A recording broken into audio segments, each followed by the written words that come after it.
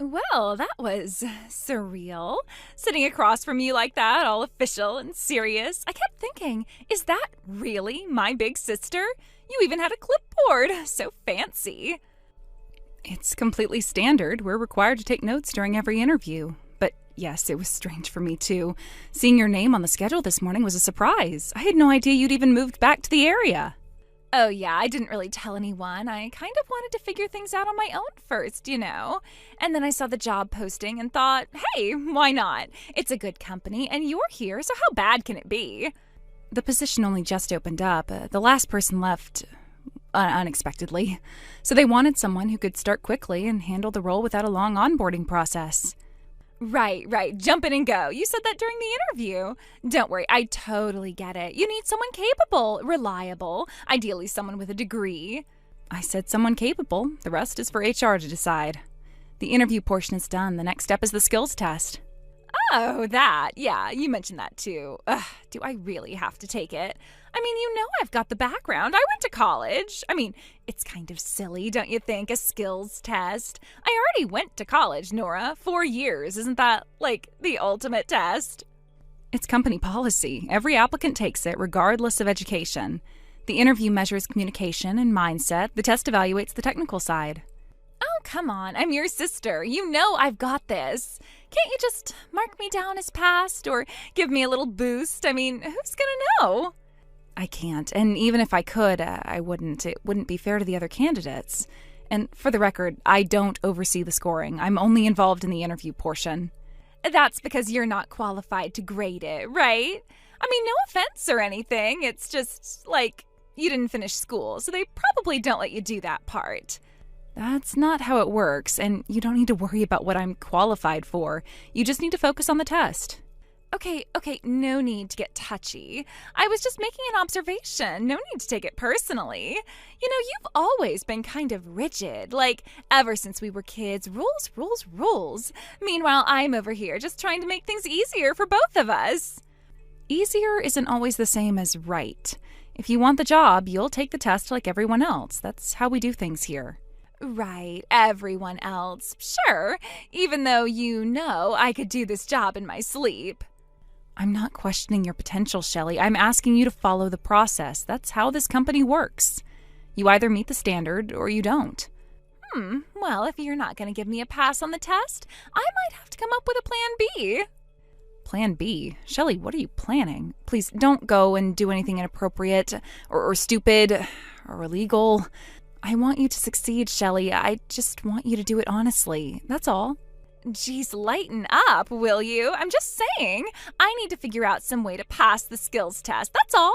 Anyway, I should head to the test site before I'm late. Not that I need it, but rules are rules, right? Don't worry, I've got everything under control, and I don't have any more time to waste with you, so bye-bye.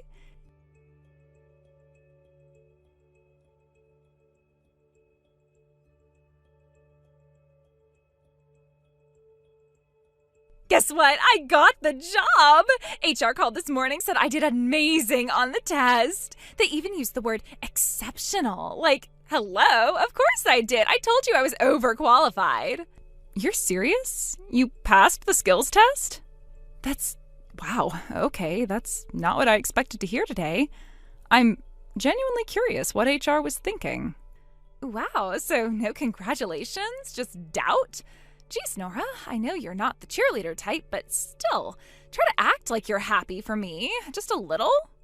It's not that I'm not happy you found the job, but yes, I'm shocked. I mean, we both know you've never exactly been the tech-savvy one in the family. The last time I watched you try to send an email, it took you 20 minutes to figure out where the compose button was. Oh my gosh, that was years ago. Stop living in the past. People change, Nora. I'm not the same clueless little sister anymore. Time moves on. Honestly, Nora, you sound like you wanted me to fail. That's kind of mean, even for you. I didn't want you to fail, Shelley. I just didn't think you'd pass. There's a difference. You've never been interested in learning this kind of stuff. The fact that you suddenly aced a test full of technical knowledge and system logic, it's odd. It's called growth. Look it up. People change. Skills can be learned. Maybe I've been brushing up behind the scenes. Ever think of that? Really? Since when? You literally called me last year to ask how to convert a Word doc to a PDF. And now you're passing mid-level software tasks with no problem? Come on, Shelley, it doesn't add up. Okay, wow, you really think I'm that helpless, don't you? I said I passed. I didn't say I hacked into the Pentagon. You need to chill. It's just a job, not a covert operation. Fine, look, if you really did pass fair and square, then good. As long as you can actually do the work, that's all that matters. Good, because I'm not planning to just do the work. I start next week, and I'm already making moves. Different department, obviously, thank goodness. It would have been way too weird reporting to my dropout sister. We wouldn't have worked in the same chain anyway. Different teams, different functions. And you can relax. I have no interest in pretending we're sisters here. Oh, good, because I feel exactly the same way. Seriously, do not tell anyone we're related. Just the fact that you're my sister is bad enough. I don't want anyone else knowing. I mean, you're doing fine for yourself, I guess, but let's be honest, telling people my sister's a high school dropout isn't exactly the best look. Thanks for the reminder. Really uplifting. Though now that you're suddenly into moving up the ladder, maybe you'll learn not to burn bridges your first week. Speaking of that, don't take it personally, but I do plan on rising through the ranks fast. Like, really fast. Faster than you did. I've got a 4-year degree and a killer sense of style. It's inevitable. First step, prove I'm the better employee. Second step, fire you. Fire me? That's not how it works. You don't just show up, declare yourself queen, and start handing out pink slips. Especially not to someone who's been here for years and actually earned their way up. Oh, come on. Don't be so dramatic. I'm just saying I've got goals. Big ones. And by the way, I heard you started out at, what, $24,000 a year? That true? It was years ago. Starting salaries were lower then, especially for entry-level roles. 24,000. Wow, that's honestly kind of depressing. See, I'm aiming way higher than that, triple at least. I want to start at 72, minimum. 72,000 for an entry-level position? That's not how corporate pay scales work. Why not? If they gave that much to a high school dropout, surely a college grad like me deserves triple. It's just logic, a simple math, really. There you go again with the high school dropout thing. I've been meaning to talk to you about that. Oh God, I love talking about that. I'll never forget the day Mom and Dad told you that they weren't going to pay for your lunches anymore. And then the day they told you that they weren't going to drive you to school either. You would have to walk all the way by yourself. It's your own fault for being such a loser. You know what you were saying earlier about how a lot can happen in 10 years? Well, 10 years have gone by for me, too. You remember when I left home, right? Sure, you left a note on the kitchen table and vanished. No one even knew where you went, and we didn't really care either. I moved in with Aunt Mandy. Aunt who? Mandy, Mom's younger sister. We have an Aunt Mandy? Since when? Since always. I guess you've never met her, though. She saw what was happening, how our parents treated me. She tried to talk to them, set things straight. It turned into a screaming match and nearly ended with police involvement. After that, she and our parents stopped talking to each other entirely. Huh. So two losers found each other.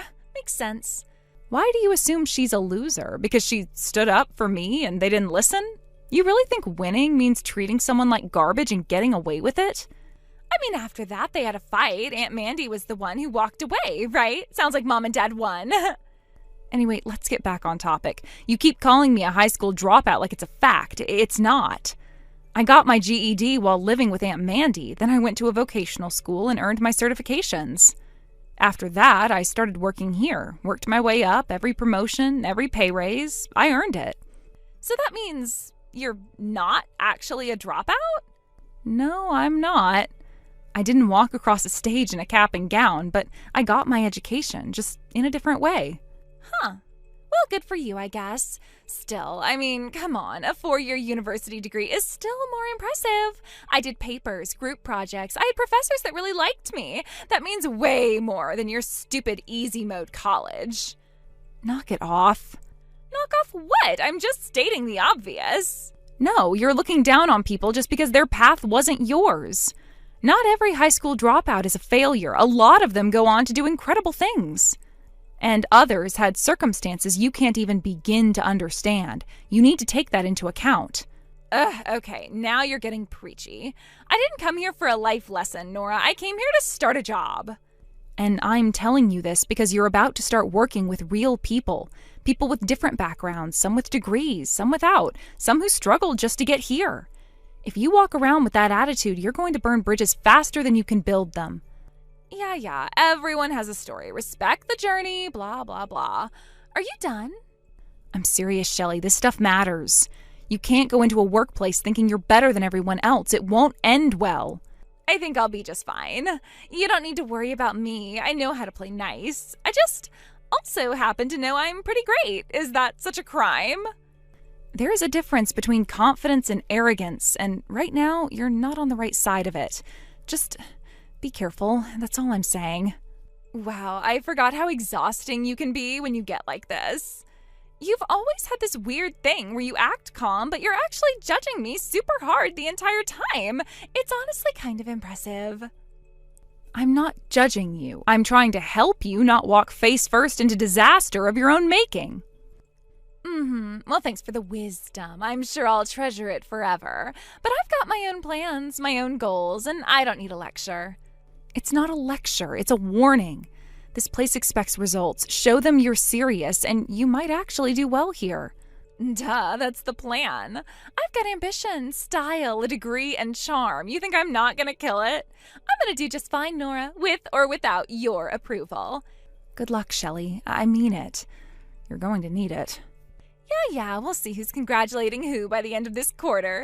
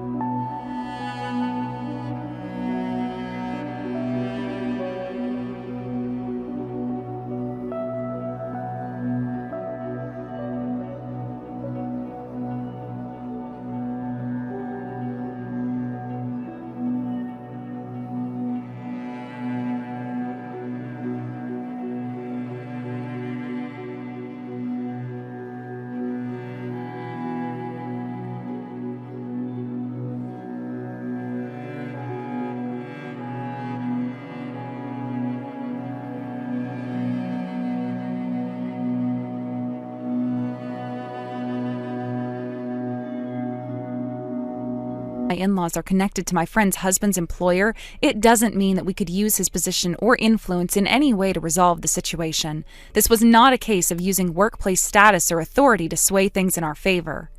Later on, the husband was summoned and given a strict warning, but that was all. It wasn't anything extreme or threatening, just a stern reminder about boundaries and what was considered acceptable. That was the extent of the intervention from his side. But to my surprise, it seemed to have an almost immediate effect. Tiff, who had been causing all kinds of trouble, suddenly became much quieter, almost as if she had learned her lesson. I didn't know if it was fear or a sense of guilt, but whatever it was, she was a far cry from the person she had been before. The drama that had surrounded her seemed to dissipate overnight. However, things didn't go quite as smoothly on her husband's side. He seemed to have a much harder time dealing with the consequences of the situation. His pride, or maybe his stubbornness, couldn't handle the idea of having been reprimanded in such a manner. It wasn't long before he started skipping work without notice, completely disregarding his responsibilities. His behavior got progressively worse, and it wasn't just the missed days that became an issue. Soon, several serious internal compliance violations came to light. Things that had been hidden for far too long, and once they were discovered, it didn't take long for the company to take action.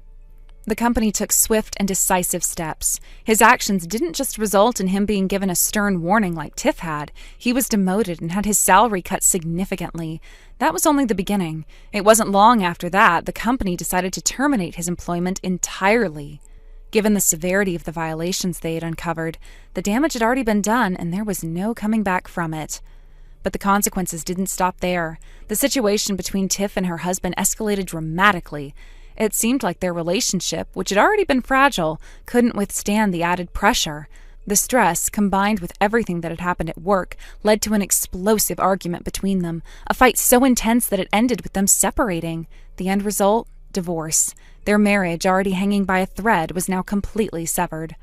I couldn't help but wonder what had gone through their minds. What were they trying to achieve with all this? What were their end goals? It seemed so reckless, so destructive.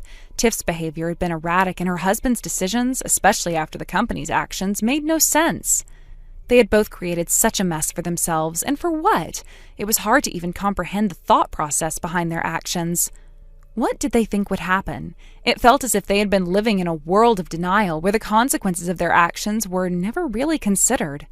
The result of that lack of foresight had led them to this tragic end. But as much as I couldn't understand their motives, I was relieved that everything had calmed down. Finally, the chaos that had been swirling around them was over, and I could breathe again. It was strange to feel relieved after witnessing such a collapse of a marriage and career, but at the same time, there was a sense of peace that came with it. They had created this mess themselves, and now they were left to pick up the pieces. No one to blame but themselves. For me, it was just a quiet ending to a situation that had caused so much upheaval. I know this sounds harsh, but there was a part of me that couldn't help but feel satisfied by the way things turned out. Not in a vindictive way, but in a way that felt like justice had been served. Their actions had consequences, and those consequences had been severe. Perhaps that was the wake-up call they needed. Perhaps after all of this, they would learn to think before they acted. But honestly, it was harsh to imagine them ever truly learning their mistakes.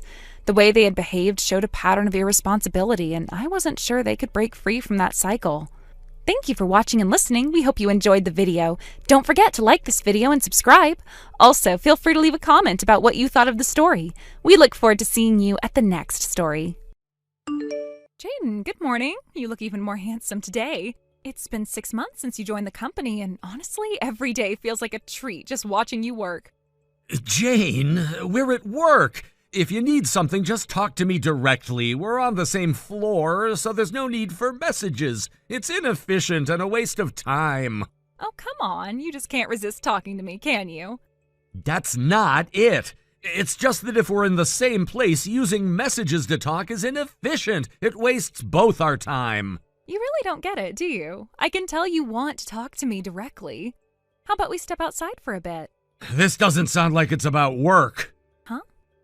I'm stepping out for a bit, so I'll be gone for a while. Wait, what? You're going out now? But I thought you were doing office work today. I'm going on an outside visit. I'm going to meet with a new client with the sales manager. Your department is not involved, so I'm leaving now. Wait, hold on. That sales manager, you mean that woman, right? You'd rather go out with her than with me? Don't you think I should be the one you take out instead? Come on, Jaden. I know you're shy around me, but that's okay. You don't need to pretend. I'll make sure you compensate me for this later, don't worry.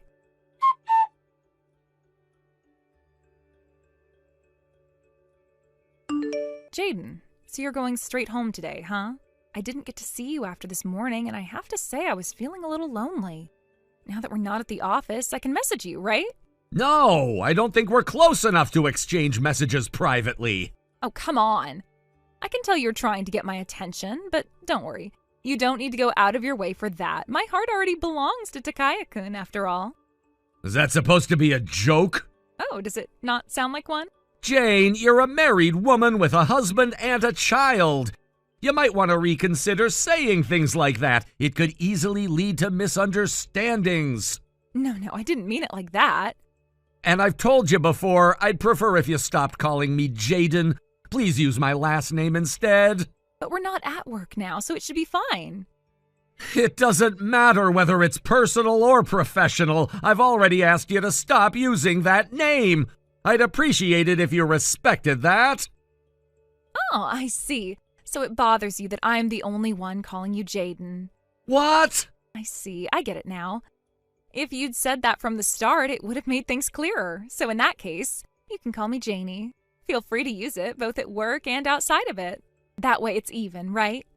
You're completely misunderstanding me. I don't intend to be close enough to you to have these kinds of personal conversations. Huh?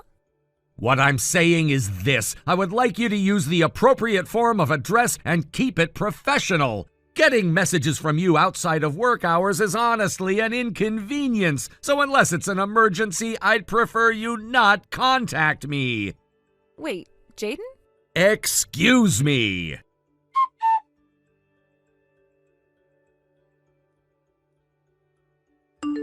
Jane, I've told you multiple times, stop messaging me. Oh, come on, just hear me out, okay? This is really big news. Jaden, I heard you're thinking about buying a house? And how is that your business? Well, aren't you just a new employee? I mean, isn't buying a house kind of difficult on your current salary? Again, none of this concerns you. Stay out of it.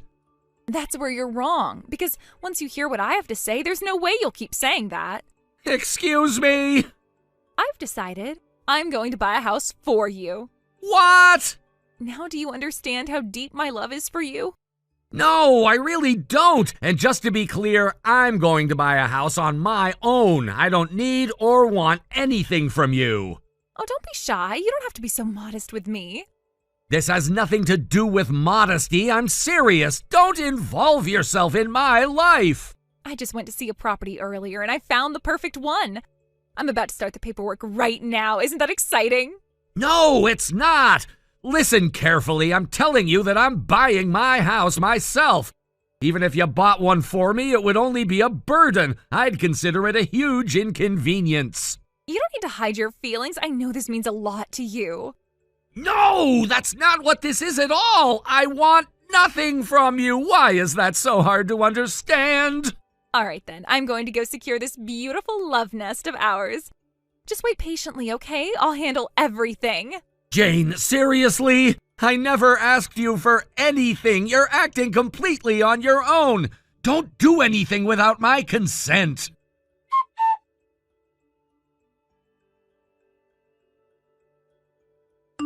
Jaden? I was planning to talk to you in person today, tell you everything face to face, but of course you weren't in the office. Out all day on business, huh? I didn't want to do this over text, but you've left me no choice. So, can I please come over to your place? Jane, please don't tell me. You didn't actually buy a place, did you? Of course I did. I bought you a high-rise condo, our new home, Jaden. A high-rise what? You know, the tower complex near S Station? The one with the fancy lobby and concierge and the panoramic city views. They had a 3-bedroom unit on the 23rd floor hit the market this morning, and I thought, this is fate. I called the realtor, went to the showing, and the moment I stepped inside, I knew. I knew it was meant for us. I didn't hesitate. Signed the papers right then and there. You can't be serious. Oh, but I am. You were looking for a new place, weren't you? I heard all about it. But a new employee like you probably couldn't get the mortgage you wanted, so I figured I'd help. I've been at the company forever, and my savings and salary put me in a great position. And really, what better way to show my love? Jane, you're married, or were married. Oh, that's the best part. I finalized my divorce yesterday, all for you, Jaden. So you don't have to worry about anything anymore. No obstacles, no baggage. Just us and our beautiful life together in the sky. Okay, this is insane. We barely talk at work. We don't even know each other. You can't just show up in my life like this, buy a condo, and expect me to move in. You always do this, pretend like I'm just some coworker. But I see the way you smile at me when you come by my desk, the way you linger when we cross paths in the hallway, the way you brought those hot spring buns last year just for me. Those were for the entire General Affairs Department. You were the only one there at the time. I handed them to you because you were closest to the counter. I even said, for everyone. No, you didn't. You looked straight into my eyes and smiled. Jane, I'm begging you to listen. That was not me flirting. That was basic human courtesy. We've never gone to lunch, never exchanged a personal message, never even had a proper conversation outside of office greetings. You are a coworker, that's all. You're lying. You have to be lying, because I left everything for you. My husband, my home, my financial safety, gone for us. Jane, I'm already married. What?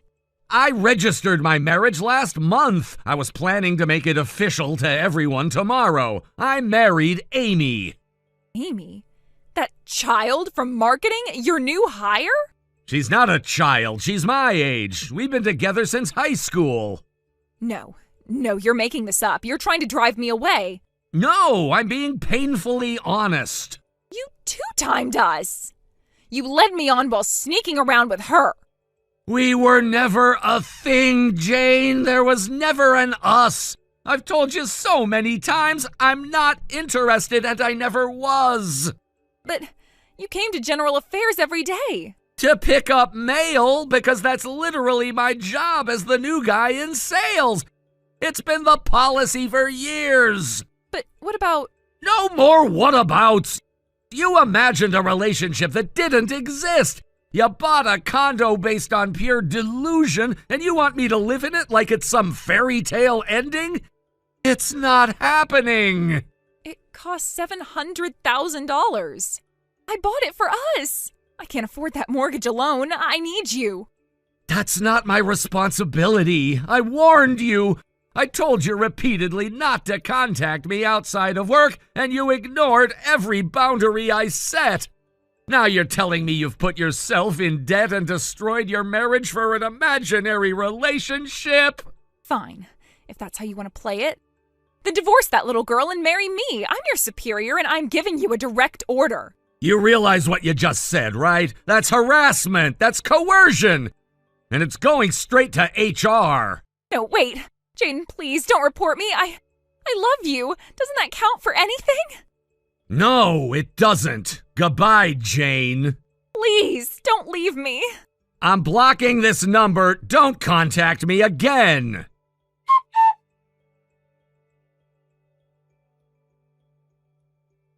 The very next day, I reported everything to the company. I didn't waste time. I didn't sugarcoat it. I walked into the HR office with a thick packet of evidence. Screenshots of messages Jane had sent me, recordings of calls where she crossed more lines than I could count, and statements from coworkers who had seen or heard enough to back me up. It wasn't just about what had happened between the two of us. It was about the atmosphere she created around her. The gossip, the manipulation, the way she spoke to people as if they were props in a life she had scripted out in her head. The HR team looked tense as they went through everything. They didn't say much, but the silence spoke volumes. I could see the shift happen in real time, the slow realization that this wasn't just a personal issue. It was a serious breach of company ethics. Jane had used company platforms to harass a coworker, had created a hostile work environment, and had clearly violated multiple internal compliance codes. By the end of the day, she was gone. Technically, they called it a voluntary resignation, but everyone knew the truth. It was an ultimatum: leave quietly or be fired publicly. And Jane, ever obsessed with appearances, chose the route that let her preserve some sliver of dignity, at least on paper. She probably thought she could spin it later, maybe even tell people she left to pursue a better opportunity. But in reality, she was pushed out, her hands still trying to grasp something that had long since slipped through her fingers. And yet, as surreal as that already was, the real madness came a few days later. One evening, I got a call from my old landlord. He sounded rattled. Jane had shown up at my old apartment. She'd barged in screaming loud enough for the whole building to hear. Furious, desperate, completely unhinged. "This is your fault. How am I supposed to pay for the tower apartment now? You ruined everything." She had no idea I'd already moved. I'd relocated weeks ago, quietly, without telling anyone but close friends. I didn't want to give her a chance to pull something like this, showing up unannounced, trying to argue her way back into my life. So when she pounded on the door and demanded answers, all she got was a confused landlord and a locked door. Apparently, she made such a scene that the neighbors started calling the front office, worried it might escalate. The landlord didn't hesitate. He called the police. She was escorted out of the building, still yelling, still clinging to some belief that I owed her something. I was stunned, but not entirely surprised. Jane had always lived in a fantasy world where reality bent to her wants, where logic didn't apply unless it served her narrative, and now that narrative was crumbling. From what I've heard, she's still living in that luxury high-rise condo, alone. That place she had dreamed about, posted about nonstop on social media, showing off the skyline from her window, the minimalist furniture, the imported espresso machine. All of it now a prison she built for herself. She works constantly, day shifts, night shifts, anything she can get. I've heard whispers, restaurant kitchens, freelance gigs, even temporary data entry at places that don't ask too many questions. She's juggling it all just to stay afloat, barely making her mortgage payments on time. And here's the kicker. The down payment she used to buy that place, it wasn't hers. She took it from a joint account she had with her ex-husband. Savings they'd built together, likely for a future home they were meant to share. She drained it without permission, without telling him, and used it to chase a solo dream she thought she could force into reality. Now he's demanding she pay it back. I don't blame him. Legal action is apparently already in motion. She's not just broke, she's cornered. Financially, emotionally, legally. That high-rise isn't a dream anymore. It's a daily reminder of how far she's fallen. I think what unsettles me most is how deeply she believed in her version of the story. In her mind, everything would work out if she could just control the narrative. If she could stay close to me, keep me tangled in her orbit, manipulate situations until I either forgave her or forgot why I left in the first place. She never saw the collapse coming because she never accepted that the foundation was rotten from the start. It's terrifying, honestly, how powerful delusion can be, how far someone will go to avoid facing the truth. She didn't just make a mistake. She built a whole life out of misunderstanding and entitlement. And when reality didn't cooperate, she tried to break it instead of adapting. But that's the thing about truth. It waits patiently. And when it arrives, it doesn't knock gently. It tears through everything, leaving nothing untouched. Do I feel sorry for her? Maybe, in a distant, detached way. I don't wish misery on anyone, but she brought this on herself step by step. Every lie, every manipulation, every time she pushed boundaries and thought she could get away with it. It all led here. And me? I've moved on. My new place is quiet, modest, and finally feels like mine. There's no drama, no manipulation, no blurred lines. I'm not looking over my shoulder anymore, waiting for the next crisis. Sometimes I still get updates from mutual contacts. They say Jane doesn't talk much these days, that she looks tired, that the bright, overconfident persona she used to wear like armor is cracking more with each passing week. Thank you for watching and listening. We hope you enjoyed the video. Don't forget to like this video and subscribe. Also, feel free to leave a comment about what you thought of the story. We look forward to seeing you at the next story. Erica, good morning. Good morning, Tom. Oh, you're as beautiful as always. I assume this is not about work. It's a morning message to praise your beauty. I would like you to stop messaging me if it's not about work. Don't be so cold. Looking at your beautiful face every morning and messaging you like this are part of my morning routine and my ultimate happiness. I have to get ready for work, so I'm going offline now. Oh, wait!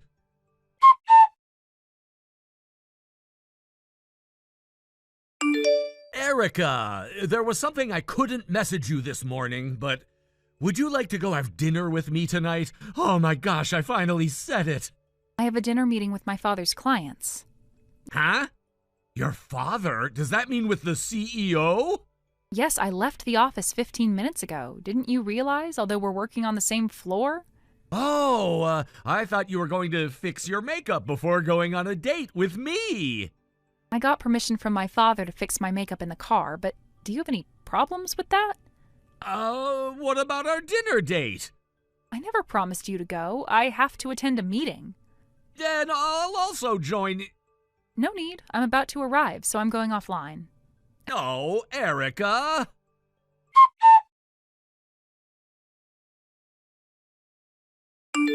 Erica, you refused the other day, but I bet you're free today. Let's go get some lunch together. Our department has a lunch meeting today. Huh? We're casually going to discuss about launching our new products while we eat lunch. I'm sure our department head notified us yesterday to bring lunch boxes for lunch today. Oops. Don't tell me you forgot about it. I just remembered. Okay, if you haven't brought any lunch with you, I bet you have to ask your boss if you can hurry up and go buy some food. Yes.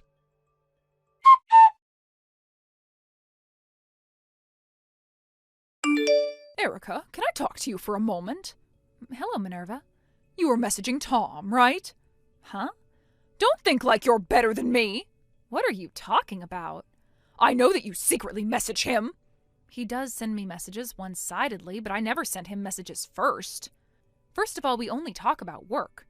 But it's true that you've been messaging him. Even if you are the daughter of the CEO who hired Tom, you have no right to do whatever you want about him. Stop doing what you want using your position.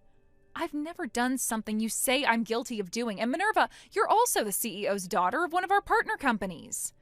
You're right, but now you're working at our company using my father's connections. But aren't you planning to quit after finding someone to marry? Yes, you're right, and Tom is the first in line. I'm never going to forgive you if you make a move on him. You don't have to worry about it. I have someone I've been dating for some time. Huh? You're dating Tom? No, I'm dating Chris, the head of the marketing department. Really? Yes, I'm actually getting ready to marry him. No way! I didn't know. I don't have eyes for anyone except Chris. There is a 0% chance of something happening between me and Tom. Oh, okay then. Make sure you keep this a secret and don't tell anyone in the office. We're planning to make it public after discussing it with my father and my boyfriend. Okay, well, it's pretty clear that you're no match with Tom. I hope you can stop acting suspiciously. It's so confusing. Be careful from now on. Okay, sorry. Root for me and Tom!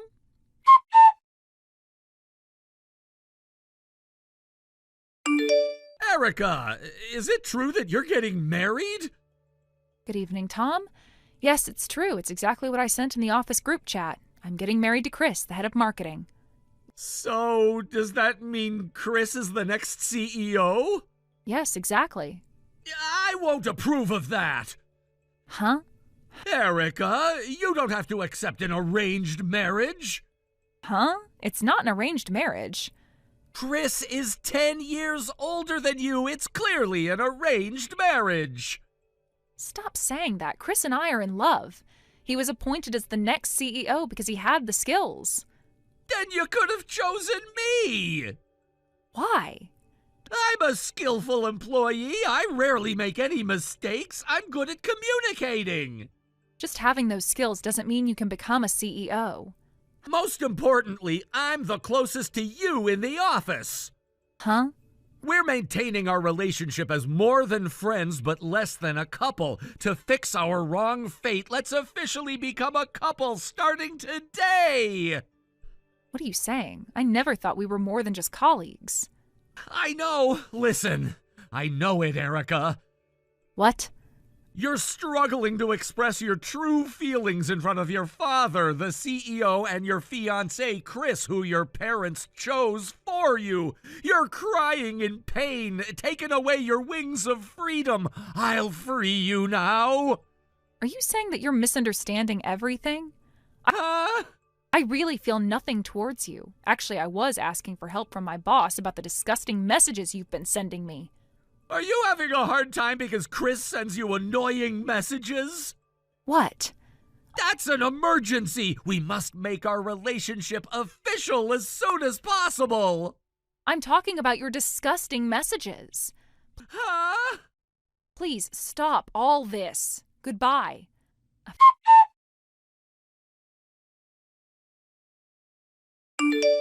Erica! We haven't been able to see each other because we're on national holiday, but I bet you're feeling lonely and miss me so much. I miss you so much too, but don't you worry. I prepared a special present for you, who will be my wife in the future. I booked the suite room on the top floor of the YouTube Hotel today, your birthday. Let's express our love for each other above the night view of the city. I'm having my wedding now in Guam. What? I'm in Guam for the past few days for my honeymoon and wedding. What did you say? Why are you being hasty? How am I being hasty?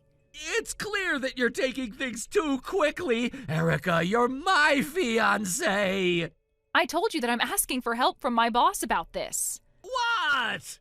The thing you're doing to me is problematic and goes against the company rules. If you don't stop, you're really going to be punished severely. I think you should have been punished already, considering what you've been doing to me. Wait a minute. I just wanted to become the next CEO. Excuse me? I can't get fired. You're going overboard with your actions. My father is next to me, and the CEO has something he wants to tell you. The CEO? You went against the company policy, and just to fulfill your own desires, you're forcefully making a move on the CEO's daughter. This is what you're doing. You can't complain even if you got fired. That's the message from him. Okay then. Can you at least introduce me to a girl? What? I don't care who, as long as she's a CEO's daughter. I just want to become the CEO. I know I'm gonna get fired soon, so can't you at least introduce me to a girl? Huh? You really don't care who, as long as she's the daughter of a CEO? I don't care. Okay, then I know someone. Really? But I think you shouldn't go for it. Okay, got it. I'm in the suite room on the top floor of the YouTube Hotel. Tell that girl to come here without telling me her name. Huh? Without telling you her name? I'll turn off the lights, and our love begins in mystery where we both don't know each other. Isn't it so romantic? Are you sure? Yes! If I can become the CEO, I don't care about the small details. Okay, then. Wait a moment.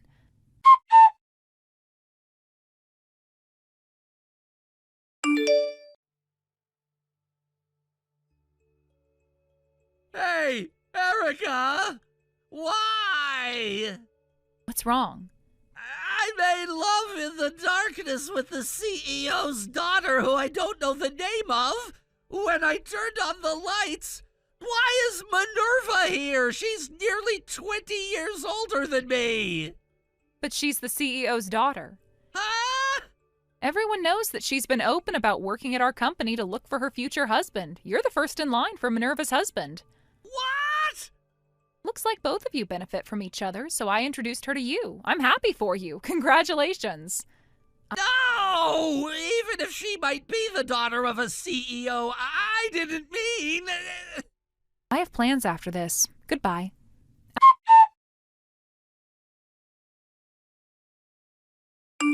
Actually, Minerva was a problematic employee as well. She had problems with her attitude and going against the company rules. So if she wasn't the daughter of the CEO, who was one of our business partners, she would have been fired so quickly. In the midst of that, this all happened. Well, I guess they're a good match. The two of them quit the company just like a lovey-dovey couple. Tom married into her family and took over her father's business, but it went bankrupt in just a year. The reason was because they used up all the company's money as a couple. He had to take responsibility of his reckless actions as a CEO by paying back a huge amount of debt. And now they're paying them back while living in a storage room their relative allowed them to live in.